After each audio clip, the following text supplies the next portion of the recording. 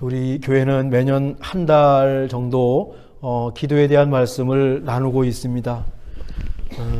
솔직히 어떤 면에서 우리 교회는 기도의 열기가 느껴지는 그런 뜨거운 교회는 아닙니다. 전반적으로 우리 교회는 조용한 편입니다. 얼핏 보면 열심히 떨어지는 것처럼 보일 수도 있죠. 그런데 참비 식구들 한 분 한 분 속으로 저희가 파고 들어가면 속이 꽉 차 있는 그런 참비교회 식구들이다라는 생각을 하고 그런 우리 참비교회 식구들이 되기를 기대하면서 저희들이 목회를 하고 또 교회를 섬기고 있습니다. 흔들림 없는 확신, 지난 시간에 배웠죠. Full assurance.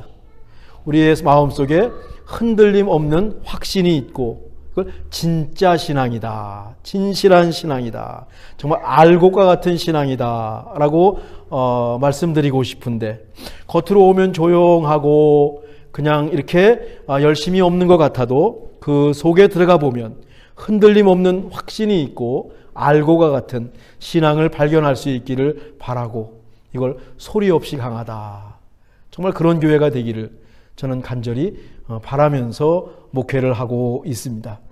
기도를 우리가 영혼의 호흡이라고 부릅니다. 그렇게 부르는 이유가 있을 것입니다. 사무엘 선지자가 뭐라고 했냐면 기도를 쉬는 것은 죄다라고 말씀을 드렸어요. 그러니까 기도하지 않으면 숨이 막혀야 하는 겁니다. 이게 정상입니다. 하나님을 믿고 있다면 내가 기도하지 않으면 숨이 막혀야 되는 겁니다. 영적 호흡이 힘들어져야 합니다. 그럼 어떻게 됩니까? 또 기도의 자리로 자기도 모르게 반사적으로 나오게 되어 있죠.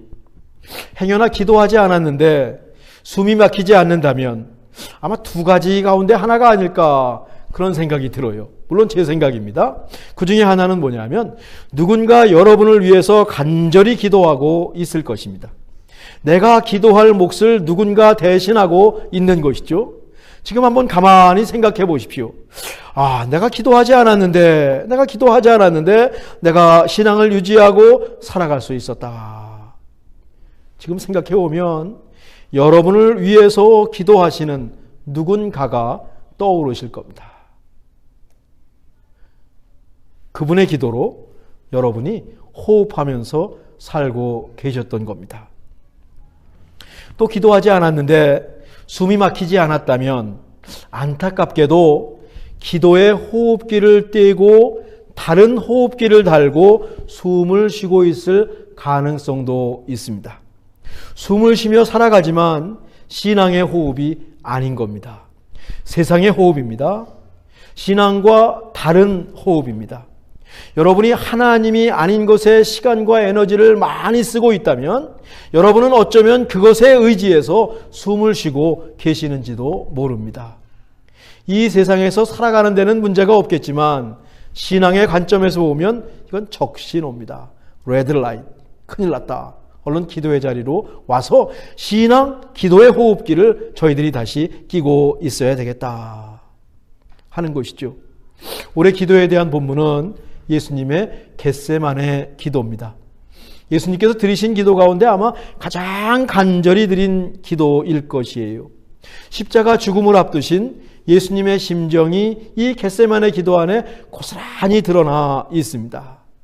2022년 예수님의 겟세마네 기도에 대한 말씀을 나누면서 우리가 다시 행여나 팬데믹으로 인해서 해이해졌다면 우리가 다시 기도의 자리로 나올 수 있기를 간절히 원합니다. 겟세마네 기도는 공관복음서라고 불리는 마태, 마가, 누가복음에 모두 나옵니다. 마태와 마가복음의 겟세마네 기도 본문은 비슷해요. 예수님께서 제자들을 데리고 감람산에 가십니다. 다른 제자들은 중간에 앉아 있으라고 하시고 3인방 베드로, 요한, 야고보를 데리고 조금 더 깊은 곳으로 가십니다. 거기서도 그들에게 깨어서 기도하라고 말씀하신 다음에 예수님은 조금 더 나아가서서 땅에 엎드려서 기도하십니다. 기도를 마치고 오시니 제자들이 잠을 자고 있습니다. 특별히 베드로에게 말씀하시죠. 시험에 들지 않게 깨어 있으라. 또 기도하러 가십니다. 그 후에 3번 기도하고 오셨는데 제자들은 그때마다 여전히 잠을 자고 있습니다. 그날 밤 베드로는 닭이 울기 전에 예수님을 모른다고 3번 부인합니다. 예수님 말씀대로 깨어 기도하지 않았더니 정말 시험에 들고 말았습니다. 닭이 울자마자 베드로가 막 밖으로 뛰어나가서 통곡을 하죠. 무엇보다 예수님께 얼마나 죄송했을까요? 예수님 말씀하셨는데 그 말씀 내가 잊지 않고 졸며 자고 있었더니 시험에 들었습니다. 3번 말씀하셨는데 내가 3번 예수님을 부인했습니다. 예수님 말씀대로 깨어서 기도하지 않았더니 이런 결과가 왔다는 사실도 실감했을 것입니다. 그런데 마태마가는 이런데 누가복음으로 넘어오면 조금 결이 다릅니다. 예수님께서 감람산에 가시니 제자들도 예수님을 따라갔습니다. 겟세마네 동산이라는 용어도 쓰지 않고 감람산에 가셨다, 크게 얘기를 하고 있습니다. 특별히 베드로, 요한, 야고보 3인방을 데리고 더 깊이 가셨다, 이런 말씀도 누가복음에는 없습니다. 베드로에게 시험에 들지 않도록 깨어있으라 말씀하신 것도 없습니다. 3번 기도하신 것도 누가복음은 강조하지 않습니다.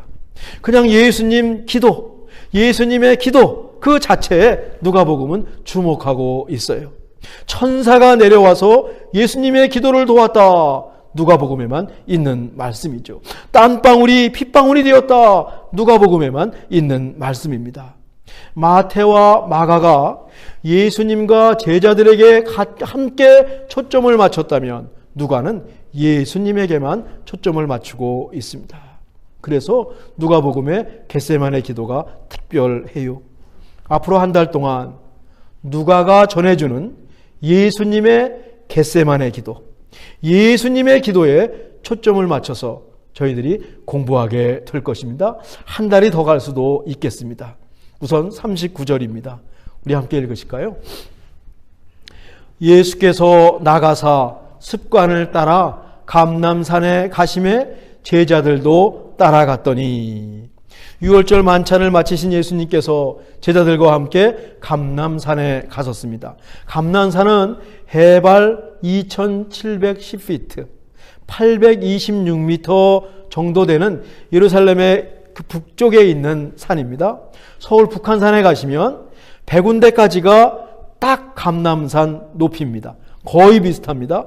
감람산이 826m인데 이 100군데까지가 836m, 거의 비슷하다라고 볼 수 있습니다. 구약 성경에 따르면 이 감람산에서 하나님의 심판이 선포될 것입니다. 하나님을 떠난 이스라엘 백성들에게 임하는 수치와 심판의 장소가 감람산입니다. 그런데 또 이 마지막 때가 되면 이 감람산에서 하나님의 구원이 시작될 것입니다. 메시아가 감람산에 임할 것입니다. 그래, 감람산은 한 303만 개 정도의 그 묘지가 들어서 있는 묘지로도 유명합니다. 메시아가 오시면 부활해서 만나고 싶다라고 하는 곳이죠. 이스라엘을 다시 회복할 장소가 감람산입니다. 그러니까 감람산은 이스라엘 백성들에게 심판, 그러나 결국에는 회복이 임할 특별한 산이죠.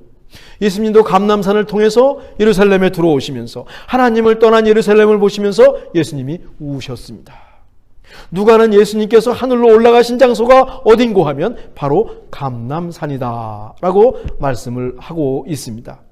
습관을 따라 감람산에 가시매, 이렇게 한 것을 보면 예수님께서 예루살렘에 올라가실 때마다 의례히 감람산에 가셨던 것 같습니다. 예수님 자신이 메시아다. 감람산에서 메시아가 임한다고 구약에서 예언을 했으니까 감람산에 가실 때마다 내가 메시아다, 내가 하나님이다 라고 넌지시 알리신 것입니다. 물론 그것을 알아보는 사람들은 아무도 없었죠. 습관을 따라 라고 했습니다. 이 습관에 해당하는 헬라어가 에토스입니다. 이 에토스에서 영어 윤리를 말하고 있는 에틱스가 여기서 나왔습니다. 습관이라고 했을 때 이 습관의 공적인 의미는 무엇입니까? 규칙이나 법률로 정해진 관습이 습관입니다. 이 습관이 개인적인 의미는 무엇입니까? 어떤 일을 빼놓지 않고 반복해서 했을 때 우린 그것을 두고 습관이 되었다라고 말을 합니다. 하루 세끼 밥을 먹습니다. 습관입니다. 주일에는 교회에 오십니다. 교회에 오지 못해도 꼭 유튜브에서 예배를 드리십니다. 습관을 따라 하시는 겁니다. 제가 오늘 유튜브 링크를 깜빡하고 전송을 안 눌렀습니다. 권사님께서 예배 링크가 오지 않았습니다. 그래서 습관이 되어서 10시 50분이 되면 유튜브 속에 참빛 카톡방에 들어가서 그 링크를 확인하고 들어오시는 겁니다. 우린 지난 2년 동안에 이것이 습관이 되었습니다. 어떤 일을 빼놓지 않고 반복해서 하는 행위입니다. 3살 버릇이 80까지 간다라고 합니다. 이 버릇이라는 것도 약간 뉘앙스가 다른 뉘앙스지만 좋은 것으로 말하면 습관입니다. 3살 때 들인 습관이, 좋은 습관이 80까지 계속된다. 우리 80이 넘으신 우리 권사님들 우리 교회 많이 계십니다. 어리실 때부터 지금까지 유지하고 계신 좋은 습관이 아마 있으실 거예요. 저녁에 일찍 주무시고 새벽에 일어나시는 습관, 아침에 일어나면 꼭 하나님께 기도하시는 습관, 식사를 하실 때 그 예전 보릿고개 때 생각하시면서 절대로 음식을 남기지 않으시는 습관, 아껴 쓰고 다시 꿰매 쓰고 고쳐 쓰시는 그런 습관, 연세가 드셨어도 여유가 있어도 그대로 쫓아 살고 계시는 좋은 습관들이 있으실 것 같습니다.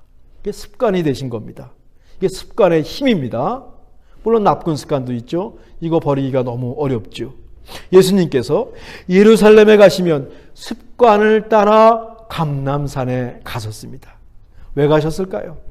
기도하러 가셨을 겁니다. 그러니 감람산은 예수님의 기도하는 장소, 기도처다라고 하는 것입니다. 2005년도 샌프란에 왔을 때 영주권 수속으로 인해 가지고 제가 저희 가족이 한국을 방문할 수가 없었습니다. 어머니는 편찮으시고 마음이 힘듭니다. 이번 팬데믹 동안에 한국 가지 못하시고 한국의 부모님들이 아프신, 지금도 편찮으신 우리 가족들을 생각하고 특별히 부모님들을 생각하면 그 마음이 어떠실지 가늠할 수가 있어요. 새벽 기도가 끝난 후에 차를 몰고 바닷가로 갔습니다. 그래서 바닷가 바위 위에 앉아서 저 멀리 수평선을 바라보면서 그냥 기도하는 거예요. 제가 대표 기도하듯이 조목조목 정리해서 드리는 기도가 아닙니다. 그럴 필요도 없습니다. 그냥 태평양 너머에 계시는 어머니를 마음에 그리는 겁니다. 그 어머니를 마음에 그리는 것도 기도입니다. 우리 권사님들이 자식들이 잘 되기를 마음에 그리는 것도 그도 기도입니다. 제가 방문할 수 있을 때까지 어머니께서 살아계시길, 하나님께서 보호해 주시길 기도했습니다. 그냥 제 마음을 드리는 거지요.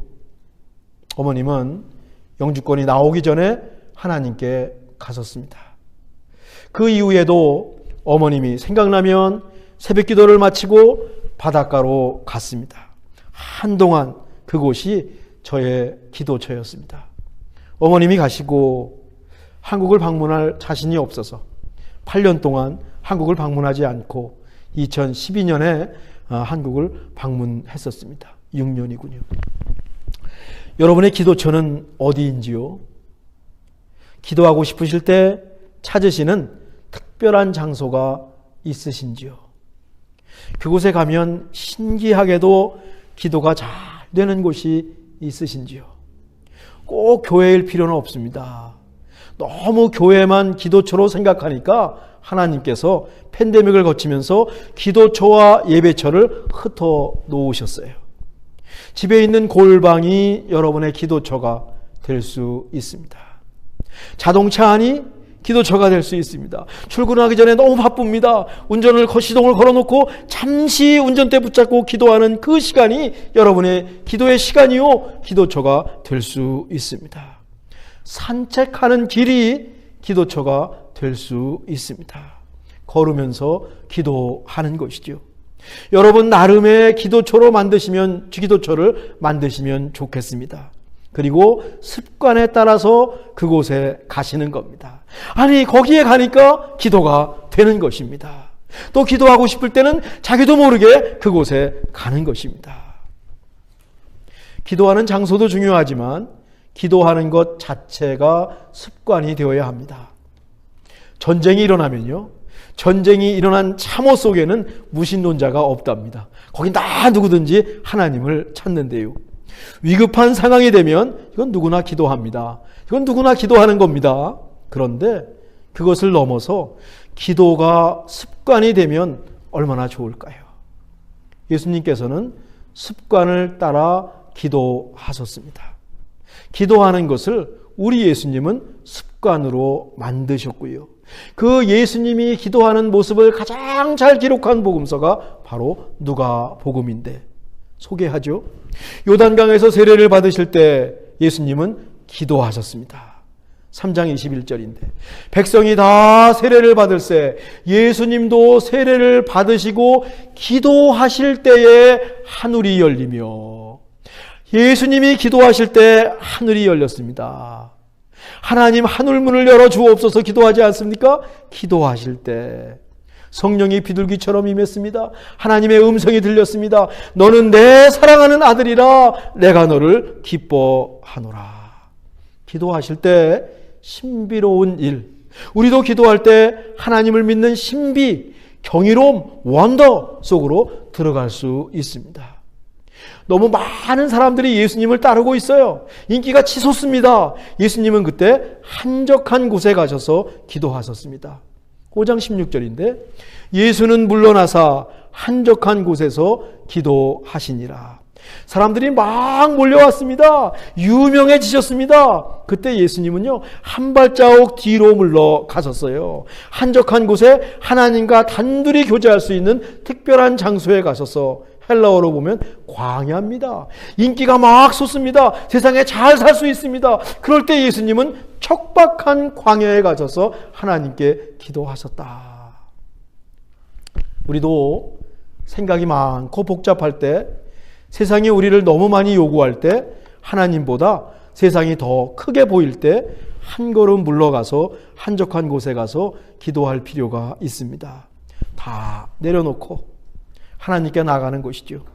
그냥 기도처로 가는 겁니다. 그런 행동 자체가 또한 기도다라고 하는 겁니다.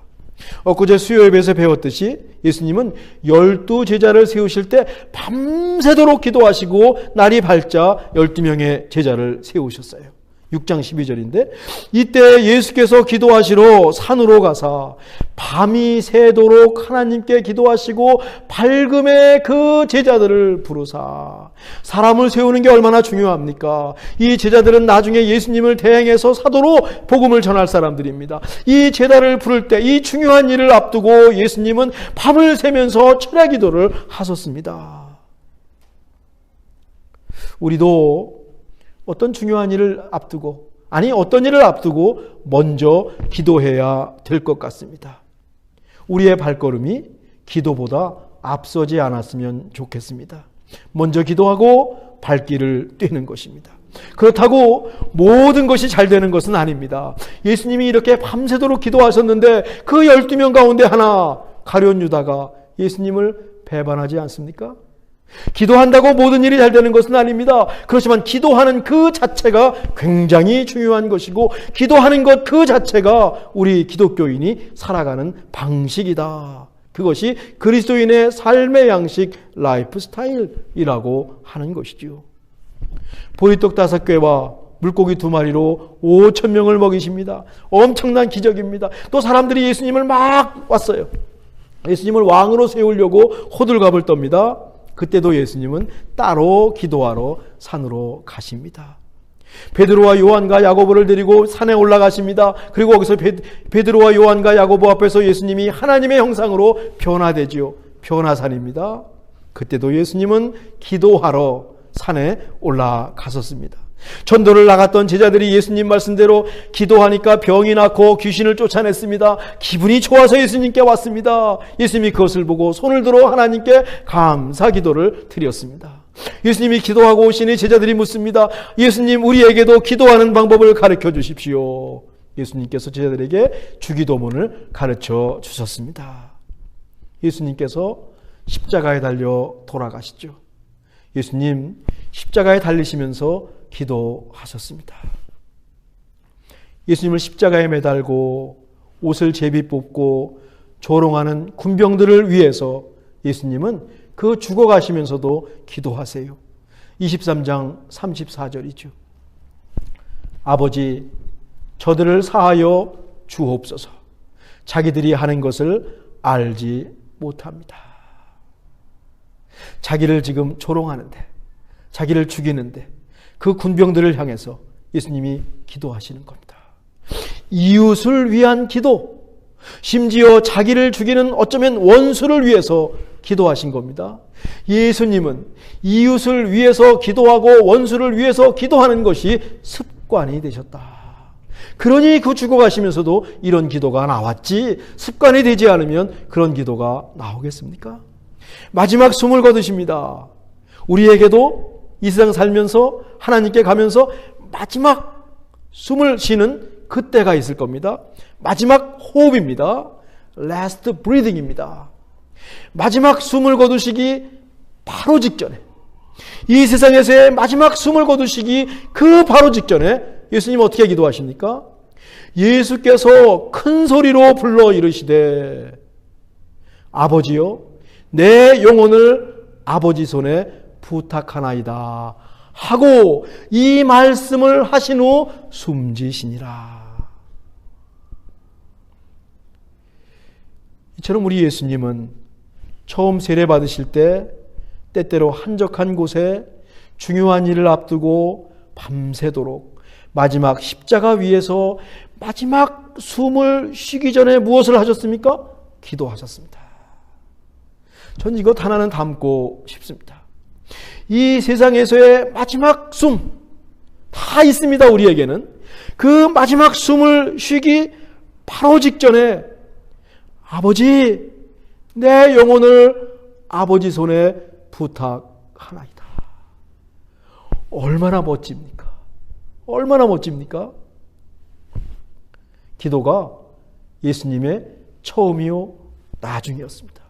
예수님의 삶이었습니다. 말 그대로 쉬지 않고 기도하셨고 기도로 사셨습니다.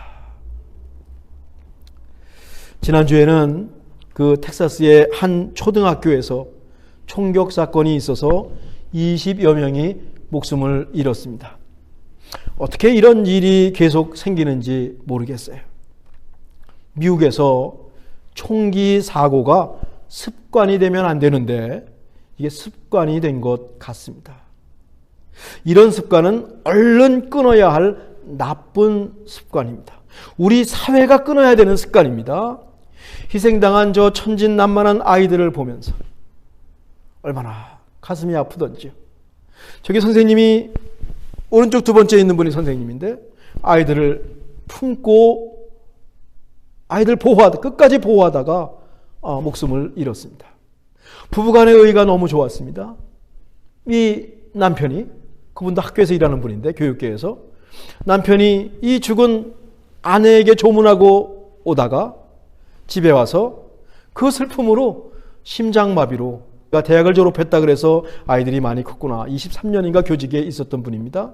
근데 오늘 또 신문에 보니까 마지막 아이가 12살입니다.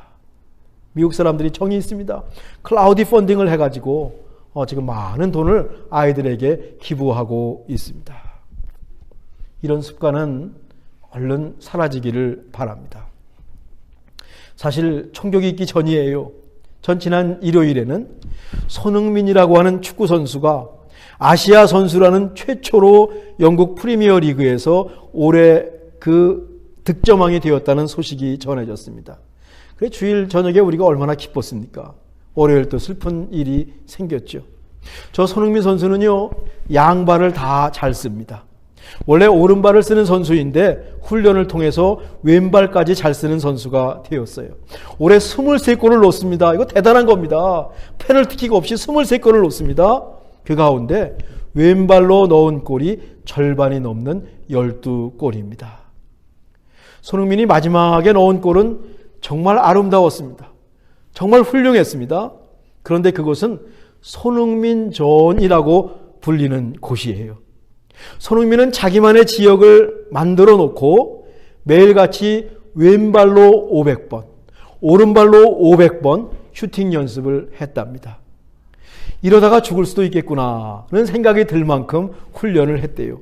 그러다 보니까 이 손흥민 존에서 공을 잡으면 강력한 슛을 날리는 것이 습관이 된 겁니다. 어린 선수가 정말 대단합니다. 역사를 썼습니다. 현재 손흥민을 만든 것은 훈련, 습관의 힘입니다. 우리에게도 기도가 습관이 되면 얼마나 좋을까요? 습관처럼 찾게 되는 기도처가 있다면 진짜 그리스도인입니다. 어떤 상황, 순간이 닥치면 습관처럼 기도합니다. 진짜 그리스도인입니다. 그 힘으로 어려운 일들을 풀어나가는 겁니다. 마지막 숨을 거두기 직전까지 기도하신 예수님을 닮고 싶습니다. 그렇게 기도로 살면 기도의 힘을 몸소 경험하게 될 것 같아요. 아니, 하나님과 너무 친해질 것 같아요. 하나님 사랑합니다. 하나님 믿기를 너무 잘했습니다. 하나님 너무 좋습니다. 이런 간증과 고백이, 찬송이 저절로 나올 것입니다. 우리 한 주간 특정한 장소와 특정한 시간에 기도하시면 어떨까요? 예수님을 닮아보는 겁니다. 이번 기도에 대한 말씀을 나누는 이 앞으로 한 달 동안 우리 모두에게 기도가 습관이 생기길 기대하겠습니다. 기도하겠습니다. 하나님, 우리도 예수님을 닮아서 기도가 습관이 되게 하옵소서. 기도하게 하옵소서. 기도로 살게 하옵소서. 예수님의 이름으로 기도하옵나이다. 아멘.